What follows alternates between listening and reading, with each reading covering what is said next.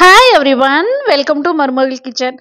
பெங்களூர்ல என்னோட கிச்சன் வந்து vlogல ரொம்ப மிஸ் பண்றதா நிறைய பேர் கமெண்ட் பண்ணியிருந்தீங்க. எனக்கும் கஷ்டமா தான் இருக்கு. பட் வேற வழி இல்ல. நம்ம இனிமே உடுமல்பேட்ல தான் இருக்க போறோம். அப்பப்போ பெங்களூர் வருவேன்.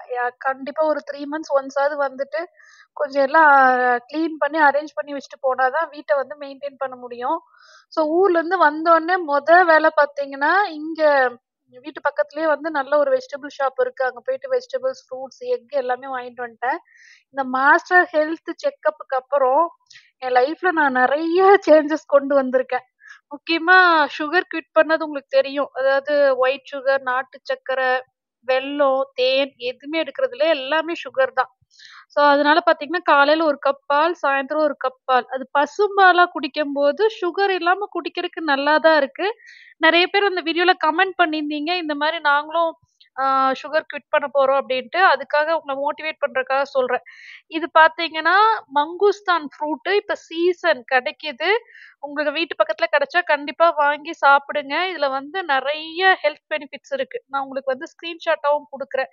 இதுல பார்த்தீங்கன்னா, ஆன்டி கேன்சர் எஃபெக்ட் இருக்கு. வெயிட் லாஸ்க்கு ரொம்ப ஹெல்ப் பண்ணும். டயாபெட்டிக் பேஷண்ட்ஸ் வந்து கண்டிப்பா எடுக்கலாம். ஏன்னா வந்து உங்களுக்கு சுகர கண்ட்ரோல் பண்ணுது. நோய் எதிர்ப்பு சக்திய வந்து ஜாஸ்தி பண்ணுது. ஹார்ட்டுக்கும் நல்லது. ஏதாவது டைஜஸ்டிவ் ப்ராப்ளம்ஸ்லாம் இருந்துச்சு அப்டின்னா கூட இது வந்து சரி பண்றதா சொல்றாங்க. அந்த மேல இருக்கிற தோல் எடுத்தீங்கன்னா, உள்ள வந்து நுங்கு மாதிரி இருக்கும் பார்க்கறதுக்கு. சாப்பிடறதுக்கு ரொம்ப நல்ல டேஸ்ட்டா இருக்கு. இது வந்து கேஜி நான் 450 சொல்லிட்டு இங்க வாங்குனேன். இதுக்கு முன்னாடி கொடைக்கானல்ல வாங்கியிருக்காங்க. ரொம்ப காஸ்ட்லியா இருந்தது. அடுத்ததா ப்ளூபெர்ரீஸும் மோஸ்ட்லி இங்க பெங்களூர்ல எப்பவுமே கிடைக்குது சூப்பர் மார்க்கெட்ஸ்லலாம். இது வந்து ஒரு சூப்பர் ஃப்ரூட் அப்படின்னு சொல்றாங்க. இதுல விட்டமின் சி கன்டென்ட் ரொம்ப ஜாஸ்தியா இருக்கு. குழந்தைங்களுக்குலாம் குடுக்கலாம். அடிக்கடி உங்களுக்கு மழை சீசன்ல வந்து சளி பிடிக்குது, இருமல், காய்ச்சல்லாம் வருதுன்னா, இந்த மாரி நோய் எதிர்ப்பு சக்தி இருக்கிற ஃப்ரூட்ஸ் வந்து கண்டிப்பா சேர்த்துக்கணும். ப்ளூபெர்ரியும் பார்த்தீங்கன்னா, உங்களுக்கு வெயிட் லாஸ்க்கு ஹெல்ப் பண்ணுது. அப்ப யூரினரி ட்ராக்ட் இன்ஃபெக்ஷன் இருக்கவங்க தாராளமா ப்ளூபெர்ரி எடுக்கலாம். உங்களுக்கு அடிக்கடி யூடிஐ பிரச்சனைலாம் ஆகுது அப்படின்னா எடுத்துக்கலாம். என்னால முடிஞ்ச வரைக்கும் என்னோட வீடியோஸ்ல இந்த மாரி ஹெல்த் பெனிஃபிட்ஸ் இருக்கிற ஃப்ரூட்ஸ் அண்ட் வெஜிடபிள்ஸ் வந்து நான் கண்டிப்பா இன்க்ளூட் பண்றேன். இப்போ காலையில பிரேக்ஃபாஸ்ட் அண்ட் மத்தியானம் லஞ்சுக்கு நடுவுல பார்த்தீங்கன்னா, நான் ஸ்நாக்ஸ் சாப்பிட்டுட்டு டீ குடிச்சிட்டு இருந்தேன். ஒரு 11:30க்கெல்லாம். காலேஜ்ல டீ எடுக்கலைன்னா தலைவலி வந்துரும். இப்ப இந்த காஃபி, டீ குவிட் பண்ணதுக்கு அப்புறமா இந்த 11:00 பிரேக்குக்கு வந்து பார்த்தீங்கன்னா, நான் நெறைய ஃப்ரூட்ஸ் சாப்பிடுறேன். டாக்டர்ஸும் என்ன வந்து நெறைய ஃப்ரூட்ஸ் எடுத்துக்க சொன்னாங்க. ஃப்ரூட் ஜூஸா எடுக்கக்கூடாது.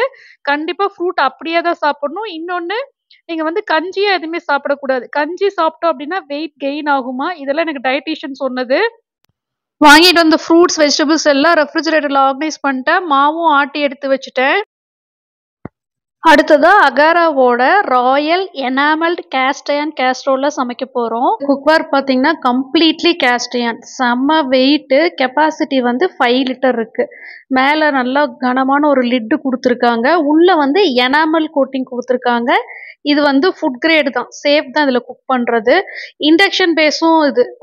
கேஸ்ட் அயர்ன் குக்கர்லாம் பார்த்தீங்கன்னா இண்டக்ஷன் ஸ்டவ்வில் வச்சு குக் பண்ண முடியாது. பட் இது வந்து இண்டக்ஷன் பேஸாக கொண்டு வந்திருக்காங்க. ஸோ இண்டக்ஷன் ஸ்டவ்லையும் குக் பண்ணிக்கலாம், கேஸ் ஸ்டவ்லையும் குக் பண்ணிக்கலாம். பிரியாணி எல்லாம் பார்த்தீங்கன்னா சூப்பராக இதில் தம் பண்ணலாம்.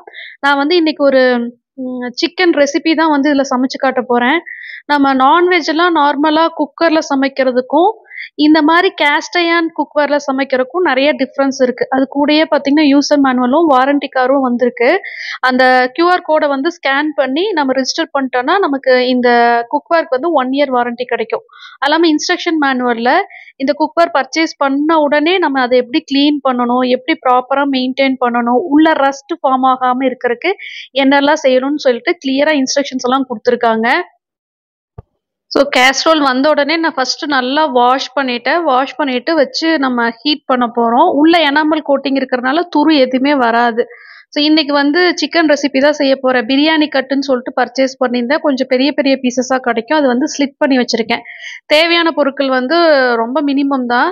ஸோ எப்பவுமே சிக்கன் குக் பண்ணும்போது நீங்கள் எக்கு பாயில் பண்ணி அதையும் லைட்டாக ஸ்லைஸ் பண்ணிட்டு போட்டு சமைச்சிங்கன்னா நல்லாயிருக்கும். நாட்டுக்கோழி கிடைச்சா அதில் செய்யுங்க.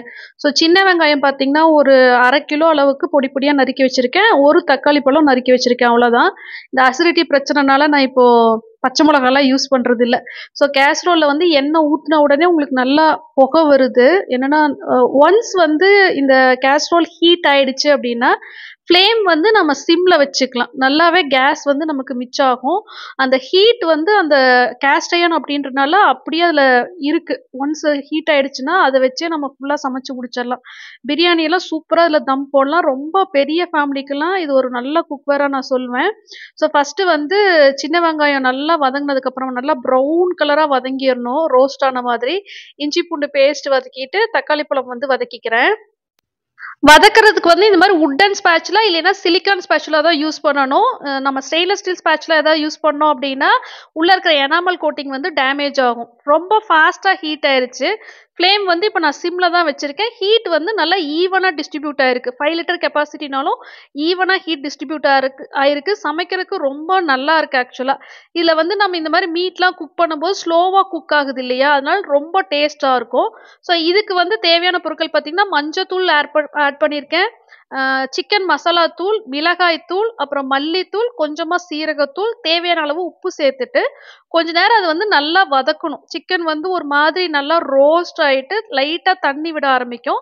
அதுக்கப்புறமா எவ்ளோ தேவையோ அந்த அளவுக்கு தண்ணி சேர்த்துக்கலாம். அதாவது சிக்கன் மூழ்குற அளவுக்கு தண்ணி சேர்த்தா போதும். உண்மையாவே வந்து குக்கர்ல சமைக்கிறதுக்கும், இந்த மாரி கேஸ்ட் அயர்ன் கேஸ்ட்ரோல்ல சமைக்கிறதுக்கும் டேஸ்ட் டிஃபரன்ஸ் இருக்குது. கறியும் நல்லா டேஸ்ட்டா இருந்தது. சிக்கனும் ரொம்ப சாஃப்ட்டா வெந்து வந்திருந்துச்சு. சேம் இதே கேஸ்ட்ரோல வந்து நம்ம சர்விங் பர்ப்பஸ்க்கும் யூஸ் பண்ணலாம். சமைச்சதுக்கு அப்புறமா இன்னொரு பாத்திரத்துக்கு மாத்தணுன்ட்டு இல்ல. குக்கிங்க்கும் இதே வச்சுக்கலாம், சர்விங்க்கும் இதே வச்சுக்கலாம். பார்க்கறதுக்கு வந்து ரொம்ப ஸ்டைலிஷா இருக்கு. ஸோ இப்ப நல்லா கொதிச்சதுக்கு அப்புறமா லிட் வச்சு மூடி வச்சுட்டேன். ஜஸ்ட் ஒரு 10 மினிட்ஸ்ல பார்த்தீங்கன்னா, சிக்கன் வந்து நல்லா குக் ஆயிடுச்சு. ஸோ ஓப்பன் பண்ணி பார்த்துட்டு, சிக்கன் வந்து நல்லா குக் ஆயிருக்கு அப்படின்றத கன்ஃபார்ம் பண்ணிட்டு, நான் வந்து எக்கு பாயில் பண்ணி வச்சிருந்தேனா இல்லையா? அத வந்து லைட்டா ஸ்லிட் பண்ணி ஆட் பண்ணிக்கிறேன். நாட்டுக்கோழி வச்சு சமைக்கும்போது இந்த மாரி எக்கும் சேர்த்து சமைங்க. டேஸ்ட் சூப்பரா இருக்கும். மசாலா பேஸ்ட் வந்து பார்த்தீங்கன்னா, தேங்காய், கசகசா, முந்திரி பருப்பு, மிளகு இது 4யும் சேர்த்து நல்லா ஃபைன் பேஸ்ட்டா அரைச்சிருக்கேன்.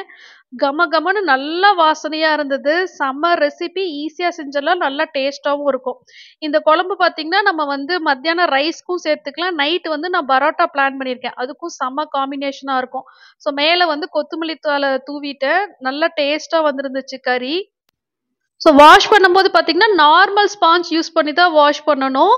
அந்த பிளாக் கலர் ஸ்க்ரப் யூஸ் பண்ணாதீங்க. எனாமல் கோட்டிங் வந்து டேமேஜ் ஆகும். டிஷ்வாஷர்ல இது வைக்க முடியாது. கேஸ்ட் அயர்ன் குக்வேர்ஸ் எல்லாம் வந்து டிஷ்வாஷர்ல வாஷ் பண்ண முடியாது. இது வந்து normal sponge and soap solution வச்சு நீங்க லைட்டா வாஷ் பண்ணாலே போயிடும். வாஷ் பண்றது வந்து ரொம்ப ஈஸியா இருக்கு. என்னன்னா எதுவுமே ஒட்டல. அந்த எனாமல் கோட்டிங் வந்து அந்த அளவுக்கு குவாலிட்டியா இருந்தது. ட்ரை பண்றது நார்மலா இப்படி ட்ரை பண்ணாலே போதும். நீங்க வந்து வெயில்ல வைக்கணும், நம்ம வந்து ஸ்டவ்ல வச்சு சூடு பண்ணணும் அப்படிலாம் அவசியம் இல்ல. ஏன்னா இந்த கேஸ்ட் அயர்ன் உள்ள வந்து எனாமல் கோட்டிங் வந்திருக்கு. இந்த அகாராவோட கேஸ்ட் அயர்ன் கேஸ்ட்ரோல் நீங்க பர்ச்சேஸ் பண்ண விரும்புறீங்க அப்படின்னா, அமேசான் பர்ச்சேஸ் லிங்க் கீழ டிஸ்கிரிப்ஷன் பாக்ஸ்ல குடுத்துருக்கேன்.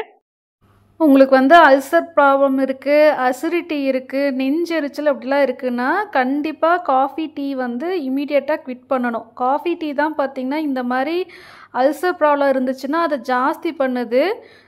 வாயிலேருந்து உங்களுக்கு வயிறு, குடல் எல்லாமே அந்த ஃபுட்பாத் ஃபுல்லாவே வந்து புண்ணாயிடும். அந்த புண்ணு வந்து உடம்புக்குள்ள இருக்கிறனால நமக்கு தெரியறதில்ல. அதனால நம்ம வந்து புண்ணு ஆறுறதுக்கு ரொம்ப டைம் எடுக்கும். அது சரியாகணும் அப்படின்னா, எனக்கு நிறைய பேர் கமெண்ட் செக்ஷன்ல தேங்காய் பால் சஜெஸ்ட் பண்ணியிருந்தீங்க. இன்னொரு விஷயம் வந்து கசகசா வந்து முடிஞ்ச வரைக்கும் ஃபுட்ல சேர்த்துக்கணும். நம்ம தேங்காய் கூட சேர்த்து சேர்த்து அரைச்சு எடுக்கும்போது புண்ணு ஆறும். நல்லா தூக்கம் வரும் கசகசா எடுத்தா. இன்னொன்று முளைக்கட்டின பயிறு எது எடுத்தாலுமே ஃபுட்பாத்தில் இருக்கிற எல்லா புண்ணுமே ஆறிடும்.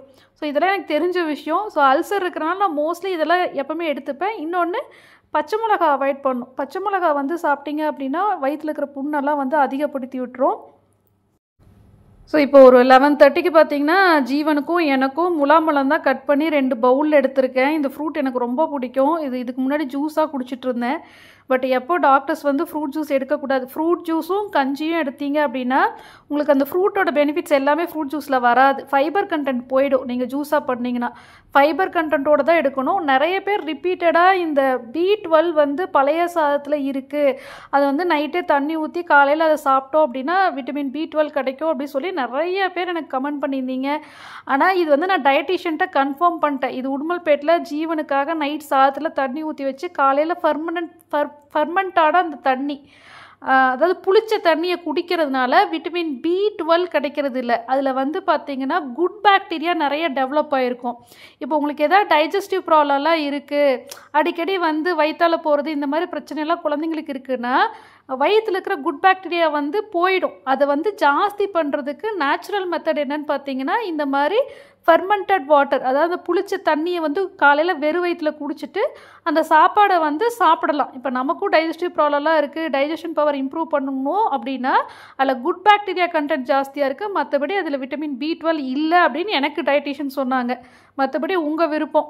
இது வந்து நான் சயின்டிஃபிக்காக ப்ரூவனாக இருந்தால் தான் நான் இதை சொல்ல முடியும். சயின்டிஃபிக்காக வந்து விட்டமின் B12 ரிச்னு அதில் ப்ரூவ் ஆகலை. ஆனால் இப்படி குட் பாக்டீரியா வந்து டெவலப் ஆகுதுன்னு எனக்கு தெரியும். ஜீவனுக்கு வந்து உடுமல்பேட் போனப்போ கொஞ்சம் வயிற்றால் போயிட்டு இருந்தப்போ நான் இந்த மாதிரி கொடுத்த உடனே அவனுக்கு வந்து சரியாயிடுச்சு. அந்த டைஜஸ்டிவ் பவர் வந்து இன்க்ரீஸ் ஆகும். குழந்தைங்களுக்கும் கொடுக்கலாம். உங்களுக்கும் அடிக்கடி எங்கேயாவது வெளியே போகும்போதெல்லாம் சாப்பாடு வந்து மாற்றி சாப்பிட்டீங்க அப்படின்னா உங்களுக்கு வயிற்றால் போகுது அப்படின்னா கூட நீங்கள் இந்த மாதிரி எடுத்துக்கலாம். ஆனால் நீங்கள் டயாபெட்டிக்காக இருக்கீங்க இல்லை ப்ரீ டயாபெட்டிக் அப்படின்னா கண்டிப்பாக இது சாப்பிடக்கூடாது. பழைய சாதத்தில் தண்ணி ஊற்றி வச்சு காலையில் அந்த கஞ்சியை சாப்பிட்டீங்க அப்படின்னா அது கம்ப்ளீட்டாக ஸ்டார்ச் இருக்கும். ஸோ டாக்டர்ஸே ரெக்கமெண்ட் பண்ண மாட்டாங்க. ஸோ டாக்டர் அண்ட் டயட்டீஷியன் என்ன எனக்கு இன்ஸ்ட்ரக்ஷன் கொடுக்குறாங்களோ அதுதான் நான் உங்கள் கூட ஷேர் பண்ணிக்கிறேன். இது வந்து இன்னொரு நாள் ஷூட் பண்ணது. பலாப்பழம் முதல்லலாம் பார்த்தீங்கன்னா அவ்வளோவா பெங்களூரில் கிடைக்காது, ரொம்ப ரேரு. இப்போல்லாம் வந்து நல்லா கிடைக்க ஆரம்பிச்சிருச்சு. பிக் பாஸ்கெட்லேயே இந்த மாதிரி கொடுக்குறாங்க. ஸோ அந்த கொட்டையெல்லாம் எடுத்துட்டு பலாப்பழம் தான் வந்து ஜீவனுக்கு உளிச்சு கொடுத்தேன். இந்த பலா கொட்டை வந்து போட்டு நாம் தட்டிட்டு, இது பலாக்கொட்டை நல்லா காய வச்சிடணும். காய வச்சுட்டு நல்லா தட்டினோம் அப்படின்னா அந்த தோல்லாம் வந்துடும். இது வந்து பார்த்தீங்கன்னா நம்ம செய்கிற அரிசி பருப்பு சாதத்தில் வந்து இந்த பலாக்கொட்டை போட்டு செஞ்சோம் அப்படின்னா அவ்வளோ சூப்பராக இருக்கும். நான் ஸ்கூல் படிக்கும்போது லஞ்ச் பாக்ஸுக்கு வந்து எங்கள் பாட்டி எனக்கு செஞ்சு கொடுப்பாங்க. ஆனால் அவங்கள மாதிரி டேஸ்ட்லாம் வந்து எனக்கு கொண்டு வர முடியல. ஸோ அந்த மாதிரி பலாக்கொட்டை போட்டு தான் செஞ்சுருக்கேன்.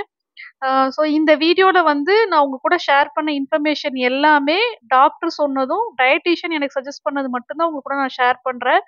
மற்றபடி கமெண்ட் செக்ஷனில் நீங்கள் சொல்கிறதுல இல்லை மெயிலில் நீங்கள் எனக்கு சொல்கிறதெல்லாம் வந்து அது கரெக்டானு எனக்கு தெரில. அதெல்லாம் நான் டாக்டர்கிட்ட கன்ஃபார்ம் பண்ணிட்டு தான் சொல்ல முடியும்.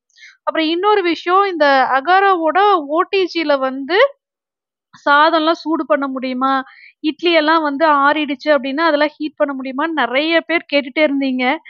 ஓவன் வந்து ஆக்சுவலா நம்ம பேக்கிங் குக்கிங் தான் யூஸ் பண்ணுவோம். ஆனா நிறைய பேர் என்ன பண்றீங்க, ஓவன் வாங்கி வீட்ல வச்சுட்டு அதுல வந்து பேக்கிங்லாம் பண்றதே இல்லை, சும்மா தான் நம்ம வச்சிருக்கோம். பேக்கிங் வந்து எப்பெல்லாம் டைம் இருக்கோ ஈஸியா கேக்லாம் குழந்தைங்களுக்கு செஞ்சு கொடுக்கலாம். ஸோ அன்னைக்கு வந்து கொஞ்சம் சாதம் மிச்சம் ஆயிடுச்சு. முதல் நாள் செஞ்சிருந்த அந்த மத்தியானம் செஞ்சிருந்த அந்த அரிசி பருப்பு சாதம் வந்து மிச்சம் இருந்துச்சு. அதை நைட்டு சூடு பண்றதுக்காக ஒரு பிளேட்ல எடுத்து அதுலயே பாத்தீங்கன்னா ரீஹீட் அப்படின்னு ஒரு ஆப்ஷன் இருக்கும். இது டிஜிட்டல் ஓடிஜி அப்படின்றனால டெம்பரேச்சர் டைம்லாம் நான் ஞாபகம் வச்சுக்க வேண்டியது இல்லை. 162 டிகிரி அப்படின்னு அதுலயே இருந்தது. 10 மினிட்ஸ்க்கு வந்து அதுவே ரீஹீட் பண்ணும். ஸோ என்ன ஃபுட்டா இருந்தாலும், நீங்க இட்லியா இருந்தா கூட ஒரு 4 இட்லி நீங்க இந்த மாதிரி தட்டுல வச்சுட்டு ரீஹீட் கொடுத்தீங்கன்னா சுட சுட இட்லி வந்துடும். ஸோ நீங்கள் கேட்ட டவுட்ஸ்லாம் இந்த வீடியோவில் நான் கிளியர் பண்ணிட்டதா நினைக்கிறேன். இந்த வீடியோ பிடிச்சிருந்தா வீடியோக்கு லைக் பண்ணுங்கள். நீங்கள் என் சேனலை ஃபஸ்ட் டைம் பார்க்குறீங்க, இந்த வீடியோ உங்களுக்கு பிடிச்சிருக்கு அப்படின்னா கண்டிப்பாக சேனலுக்கு சப்ஸ்கிரைப் பண்ணுங்கள். தேங்க்யூ.